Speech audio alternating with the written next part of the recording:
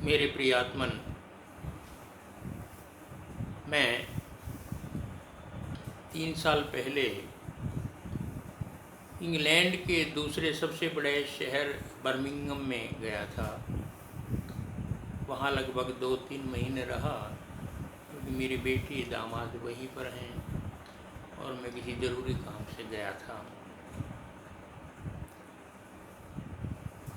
वो 22 मंजिल की बिल्डिंग है जहाँ वो रहते थे और हम 14वें तल पर थे। आते जाते वहाँ रहते रहते जो बिल्कुल सामने रहते थे वहाँ के अंग्रेज़, उनसे दो व्यक्तियों से मेरी मित्रता हो गई। आते जाते नमस्ते करते करते और बातें करते करते कुछ ज़्यादा निकटता आ गई। जब मैं वहाँ से आया तो उनको भारतवर्ष में आमंत्रित करता हुआ आया कि आप ज़रूर आइएगा, और आए तो कभी दिल्ली में आना, मैं अपना पता दे आया हूँ। और वो पिछले वर्ष इंडिया में आए और घूमते घूमते फिर मेरे घर पर आ गए दिल्ली में। दोनों मित्र थे, अच्छे थे, युवा थे।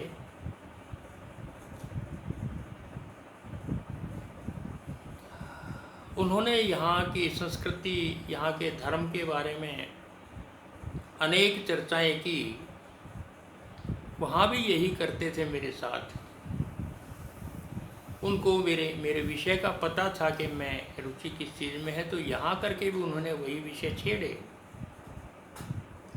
उन्होंने यहाँ के काफ़ी नावल्स, उपन्यास भी पढ़े, कहानियाँ भी पढ़ी, कुछ पिक्चर्स भी देखी सिनेमा हॉल में जा कर के, और मैंने काफ़ी अपने मित्रों से मिलवाया, काफ़ी इधर उधर। वो कहने लगे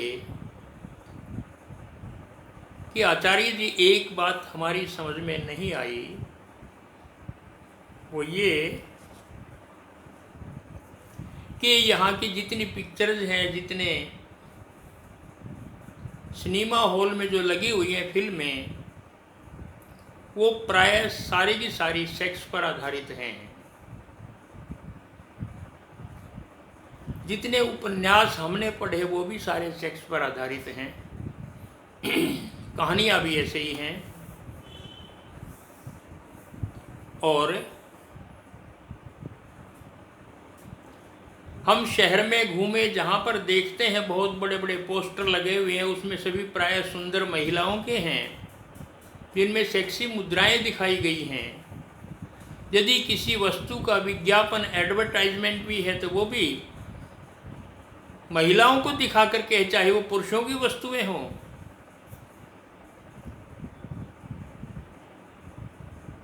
लेकिन जब हम बात करते हैं लोगों से तो प्राय यहाँ के सभी आदमी धर्म की बात करते हैं, भगवान की बात करते हैं, परमात्मा की बात करते हैं, स्वर्ग की, मोक्ष की बात करते हैं, भक्ति की बात करते हैं। ये सब क्या है? व्यवहार में हमने देखा कि सब तरफ सेक्स का प्रचार है, और जब किसी से निकट बैठ करके बात करते हैं तो वो कहते हैं कि यहाँ तो मंदिरों में हम जाते हैं, भक्ति करते हैं, भजन करते हैं, और ऐसा करेंगे तो भगवान मिलेगा, ये करेंगे तो ये मिलेगा। इस तरह की बातें सभी जगह मैं देखता हूँ। तो ये सब क्या है? इतना द्वंद्व क्यों है? जीने में दोहरा मापदंड क्यों है? ये हमारी समझ में नहीं आता। हमारे यहाँ तो ऐसा नहीं है, जो है सो है। ये बात सुन करके मैंने कहा, बात आप सत्य कह रहे हैं। मुझे थोड़ा बुरा सा भी लगा, लेकिन जो सत्य है वो सत्य है कि हम जहाँ भी देखते हैं उसी तरह के पोस्टर लगे हुए हैं। उपन्यासों में वही कहानियाँ हैं, फिल्में सारी की सारी प्राय उसी विषय पर बनती हैं।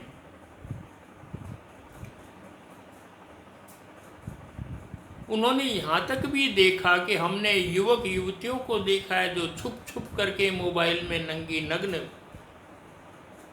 दृश्य देखते हैं, पिक्चर्स देखते हैं।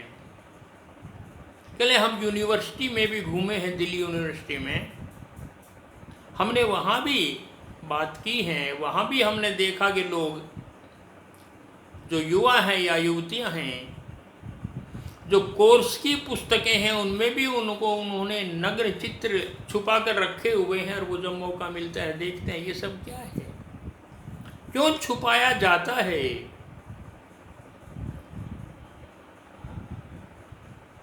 मैंने कहा बात आप सत्य कह रहे हैं और आपने बहुत जल्दी अनुभव भी कर लिया है, लेकिन अभी तक भारतीय समाज में यह एक सेक्स अभी तक सहज रूप में स्वीकृत नहीं हुआ है। हजारों वर्षों से हमारे ऊपर बहुत वर्जनाएं लगाई गई हैं, प्रतिबंध लगाए गए हैं कि हम सेक्स से दूर कहें, उसकी बात ही ना करें। बात कोई नहीं करता, कि कोई बात करेगा भी नहीं, क्योंकि वर्जनाएं हैं। और इन्हीं वर्जनाओं के कारण भारतवर्ष से ज़्यादा सेक्स में डूबा हुआ आदमी संसार में कोई भी नहीं मिलेगा। सबसे अधिक सेक्सी आदमी यहीं पर है भारतवर्ष में। उसके बाद भी उसका दमन करते हैं, छुपाते हैं, और छुपाना ही तो पाप है, क्योंकि वर्जनाएं हैं, ऐसा नहीं कर सकते तो सब डरते भी हैं, कोई देख ना ले, कोई सुन ना ले हमारी बातें, इसलिए सब कुछ ऐसे चल रहा है। ये जो भीतर वासना उछाल लेती है उसको हमने दमित कर रखा है। हजारों वर्षों से ऐसा चल रहा है। हमारे तथाकथित महात्माओं ने सब यही सिखा रखा कि इससे दूर भागो, लेकिन दूर आप कैसे भाग सकते हैं? अगर ओपनली नहीं आएंगे, खुल्लम खुल्ला नहीं आएंगे, तो आप छुप करके करेंगे काम, वो और भी बहुत ज़्यादा हानि करता है। हम क्यों नहीं स्वीकार करते, हम क्यों नहीं मानते इस बात को कि काम वासना सबसे शक्तिशाली है, सबसे ज़्यादा आकर्षक है। क्यों? क्योंकि हम उसी काम की उत्पत्ति हैं, हम सेक्स की उत्पत्ति हैं। हमारा एक एक कण हमारे शरीर का सेक्स से बना हुआ है। माता पिता के विष कामाणुओं से हमारा निर्माण हुआ है, वही कामाणु तो हमारे भीतर हैं, वही सब कुछ हमारे कण कण में छुपा हुआ, हम जिससे बने हैं। हमारा रोआ रोआ काम से आप्लावित है, उसी से निर्मित है। ये पूरी सृष्टि जितनी दिखाई दे रही है सब काम का ही फैलाव है, सब सेक्स का फैलाव है। जब ये सब कुछ है, स्वाभाविक है, प्राकृतिक है, नेचुरल है, फिर हम क्यों इसको छुपाते हैं, क्यों दबाते हैं? ये बहुत बड़ा एक प्रश्न है जिसने हमें एक तरह से अपंग बना दिया है। जबकि इतना आवश्यक है, जैसे हमारा श्वास लेना आवश्यक है, ऐसे ही जीवन में काम भी आवश्यक है। हमारा अस्तित्व जिससे बना है, अस्तित्व ही ना होता तो हम कहाँ होते, काम ना होता तो हम भी नहीं होते। हम सेक्स से निर्मित हैं पूर्ण रूप से।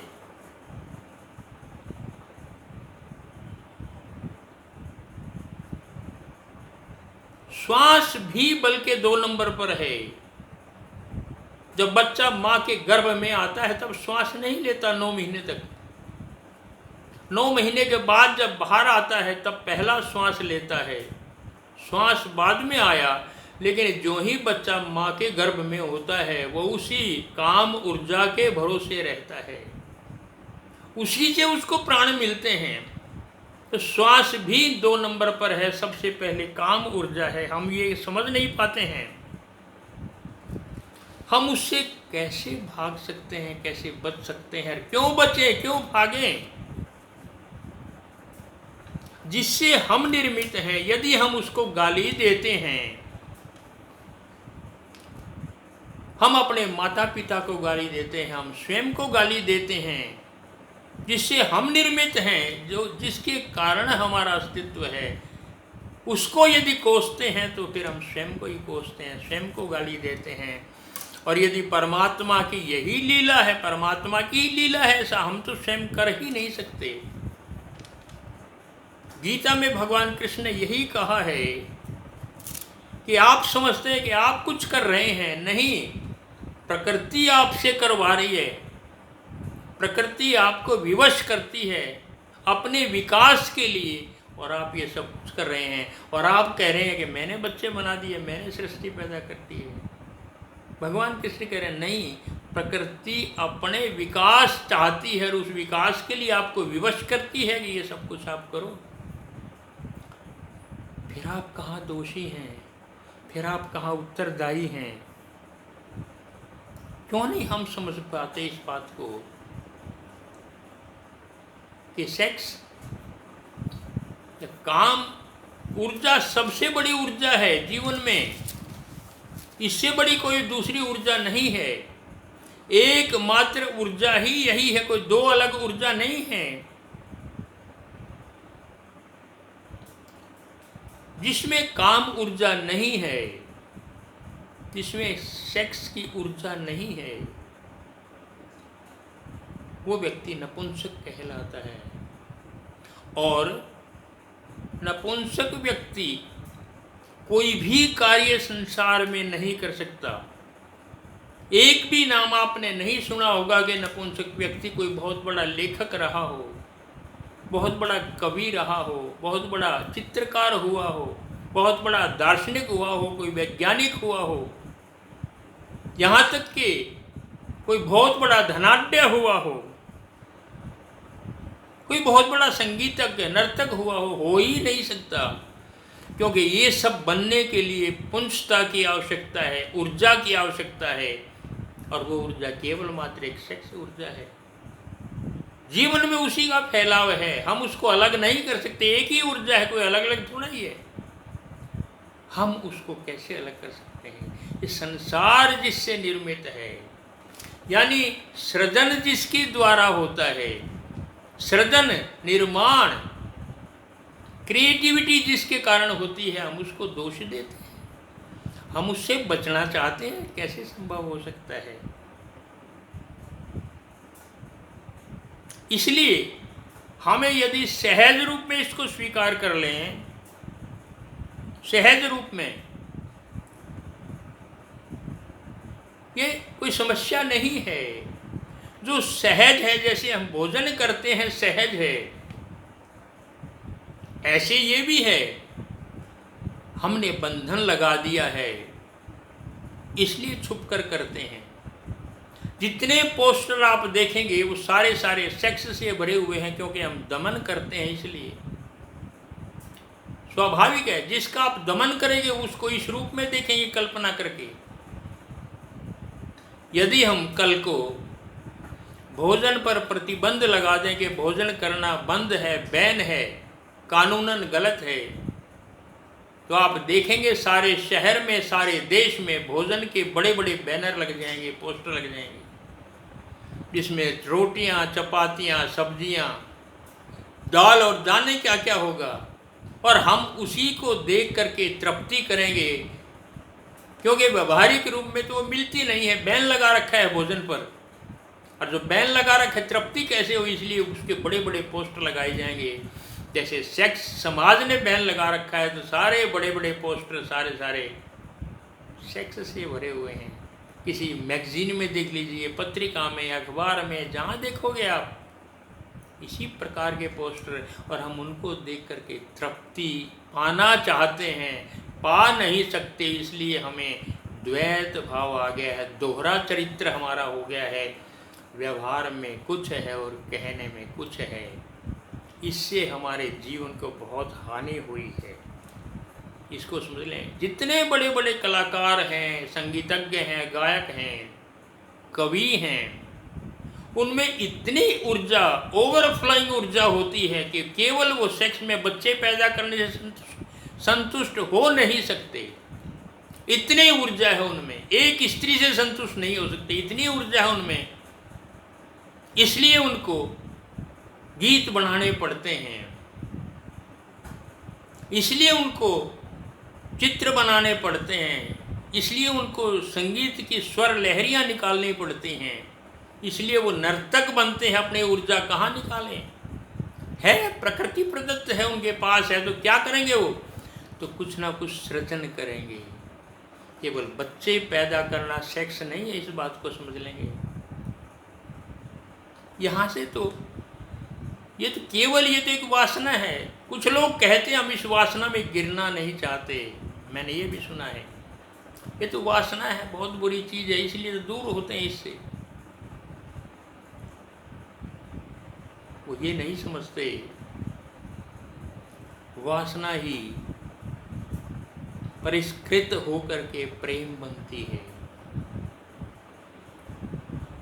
वासना ही निखार होकर के प्रेम में परिवर्तित होती है। प्रारंभ वासना से ही होता है, फिर प्रेम तक पहुंचा जाता है। यदि वासना को तिरस्कृत करोगे तो प्रेम को कभी नहीं पा सकोगे। कैसे संभव हो सकता है? यानी कीचड़ में ही कमल खिलता है। वासना कीचड़ है, मान लिया, और हमें कमल खिलाने हैं अपने जीवन में, लेकिन कमल कहाँ खिलेंगे? उस कीचड़ में ही खिलेंगे, उस वासना में ही खिलेंगे। यदि कीचड़ को नकार दिया तो कमल के फूल भी नहीं मिलेंगे। निश्चित रूप से हमें स्वीकार करना पड़ेगा दोनों को। कीचड़ को परिष्कृत करें, उसमें कमल खिलेंगे, उसके बिना कमल भी नहीं मिल सकते, यह निश्चित बात है। तो वासना प्रारंभ या वासना अंत नहीं है, वासना केवल शुरुआत है, और वो परिष्कृत होते होते शुद्ध प्रेम तक पहुंच सकती है, पहुंच जाती है। यदि उसका तिरस्कार किया, हम कभी प्रेम को भी नहीं पा सकेंगे, इसमें निश्चित बात है। इसलिए हम इसको तिरस्कार नहीं करें, इसकी निंदा नहीं करें। हम पाएंगे कि इसी का परिष्कृत रूप प्रेम में ढल जाता है। यदि इसको तिरस्कृत किया, छोड़ दिया, कीचड़ के हम नफरत करेंगे, सुंदर कमल कहाँ से पा सकेंगे? जरा इस बात को देख लीजिए आप। प्रेम अपना वास्तविक अंतरतम है, समझने के लिए कि दूसरे व्यक्ति से हम इतनी मित्रता गहरी कर सकते हैं कि हम उसको अपना हृदय दे सकते हैं। अहंकारी व्यक्ति ये भी नहीं कर सकता। प्रेम का अर्थ क्या है? प्रेम का अर्थ है कि मैंने किसी दूसरे को अपने से ज़्यादा महत्व दिया है, तभी तो उसको हम प्रेम करते हैं। और अहंकारी व्यक्ति कहेगा मेरे से ज़्यादा महत्वपूर्ण और कौन हो सकता है, वो प्रेम भी नहीं कर सकता, वो सेक्स में भी नहीं जा सकता। सेक्स में भी तो यही है कि मैं महत्व दे रहा हूँ, किसी को प्रेम कर रहा हूँ, मेरे से ज़्यादा महत्वपूर्ण है, इसलिए हम लूटते हैं। किसी के लिए हम कहते हैं मैं तेरे ऊपर मरता हूँ, जान छिड़कता हूँ। क्या है ये? अहंकारी आदमी क्यों कहेगा कि मैं तेरे ऊपर मरता हूँ, तू मेरे से ज़्यादा महत्वपूर्ण है? नहीं, मैं ज़्यादा महत्वपूर्ण हूँ। इन सारी बातों को हमें समझना पड़ेगा। इसलिए यदि स्वीकार नहीं करेंगे तो यही दोहरा चरित्र होगा, बाहर कुछ और दिखाई देगा।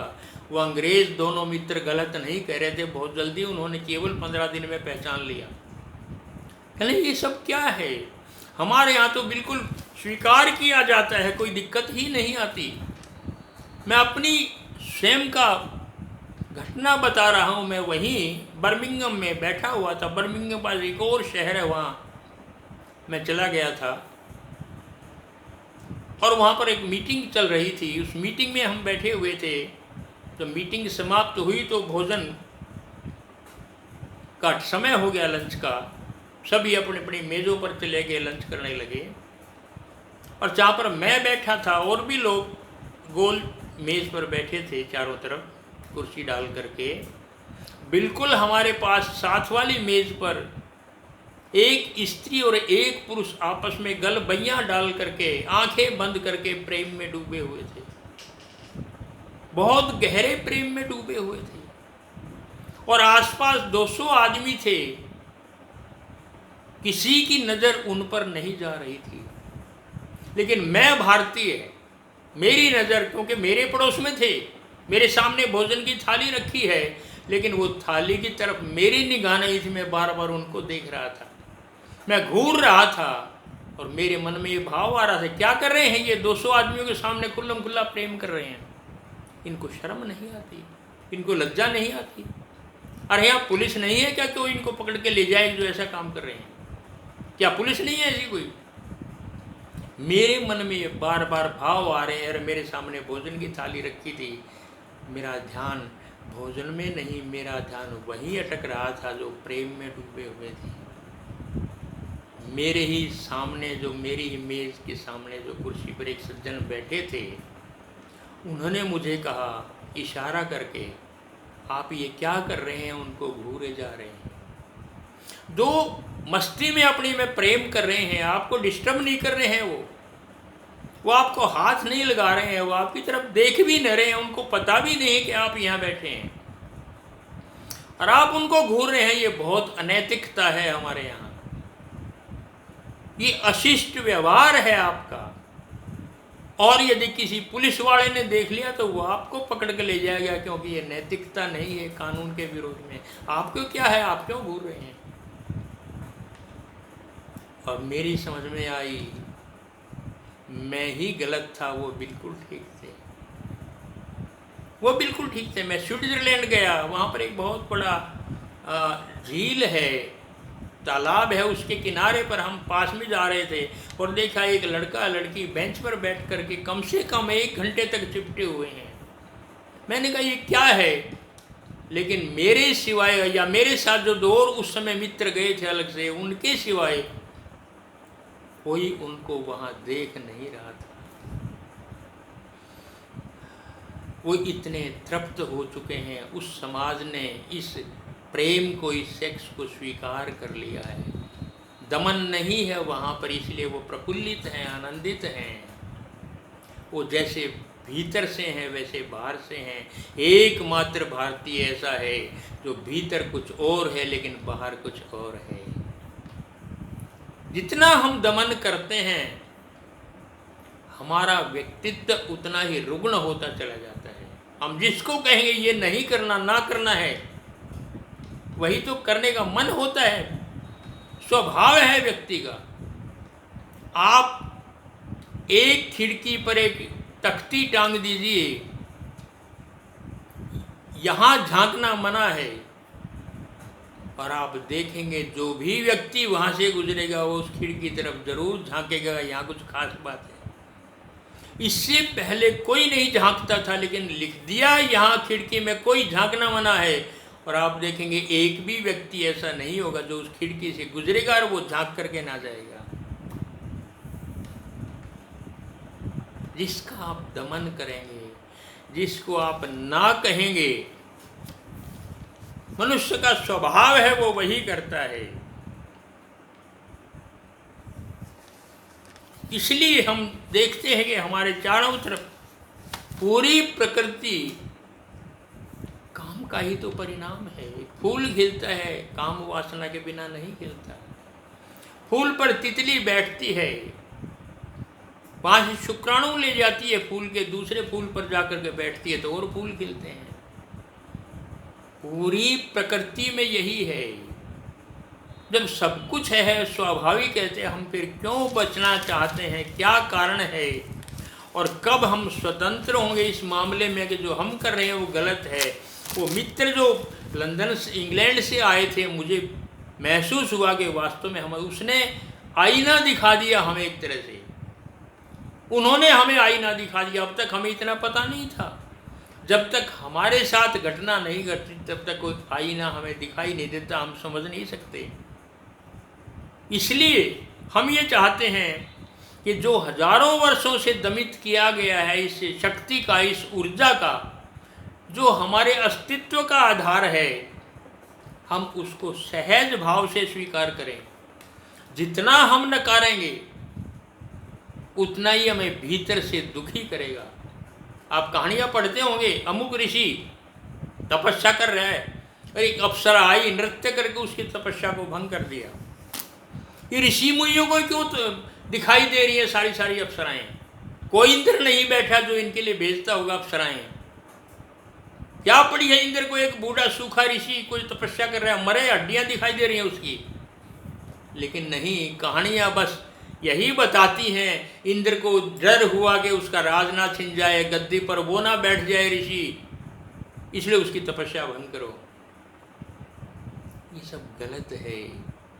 ऋषि क्योंकि दमित वासना कर कर के यहाँ पर आए हैं, सेक्स के विरोध में हैं, स्त्री के विरोध में हैं, इसलिए उन सबको भीतर से ही अप्सराएं दिखाई देती हैं। कहीं कोई कुछ भी नहीं है पर उनको दिखाई देती हैं। क्यों? जिसका हम दमन करते हैं वही तो बार बार दिखाई देगा। क्यों ऋषि मुनियों को दिखाई देती, औरों को दिखाई नहीं देती? यही एकमात्र कारण है कि जितना आप जिससे भागते हैं वो आपके पीछे भागता है। इसलिए अच्छा है कि हम इस सहज ऊर्जा को जो प्रकृति ने हमें दी है, जिसके बिना सृष्टि हो नहीं सकती, हम उसको सहज रूप में स्वीकार करें, उसका परिष्कार करें, उसको और आगे बढ़ाएं और जिसको हम वासना कहते हैं उसको पहचाने, जाने जान करके ही हम पहचान करके उस वासना को प्रेम में परिवर्तित कर सकते हैं। डूबना नहीं है वासना में, कीचड़ में नहीं रहना है। जैसे कीचड़ से ऊपर कमल ऊपर उठता है पर कीचड़ में पैदा होता है, उठता तो ऊपर रहता है हमेशा। हम भी ऐसा ही करें, वासना को स्वीकार करें और उस स्वीकार करके हम फिर उससे ऊपर उठें, परिष्कृत करें उसको और वासना को हम प्रेम में बदलें। यदि ऐसा हो पाया तो फिर उसमें से, वासना में से भी प्रेम की सुगंध आएगी, उसमें से संगीत फूटेगा, उसी में से नृत्य फूटेगा, उसी में से उमंग आनंद, उसी में से सब कुछ निकलेगा। लेकिन उसको जान करके जिससे भागेंगे, यदि हम नफरत करेंगे तो समझ नहीं पाएंगे। समझना आवश्यक है। जिसको हम शत्रु समझते हैं हम उसको समझ नहीं सकते। निकट आकर के ही हम किसी को समझ सकते हैं कि शत्रु है कि मित्र है। इसलिए प्रतीक्षा करें, जाने उसको निकट से। जो ही जितना जानेंगे हम उससे मुक्त हो जाएंगे, ये निश्चित बात है। इसलिए हम सहज स्वीकार करें जो प्रकृति प्रदत्त है, जो परमात्मा की लीला है, जो उसी ने बनाया है, हमने थोड़ा ही बनाया है। और यदि ऐसा है तो हम सहज स्वीकार करेंगे तो किसी बात की द्वंद्व में नहीं रहेंगे, दोहरा चरित्र नहीं होगा। और इतना ही नहीं, ये भी बता दूं, जिस परमात्मा ने बनाया है उसकी वस्तु को हमने स्वीकार कर लिया है तो परमात्मा भी प्रसन्न होगा, नहीं तो वो भी नाराज होगा। आज इतना ही। जय श्री राम।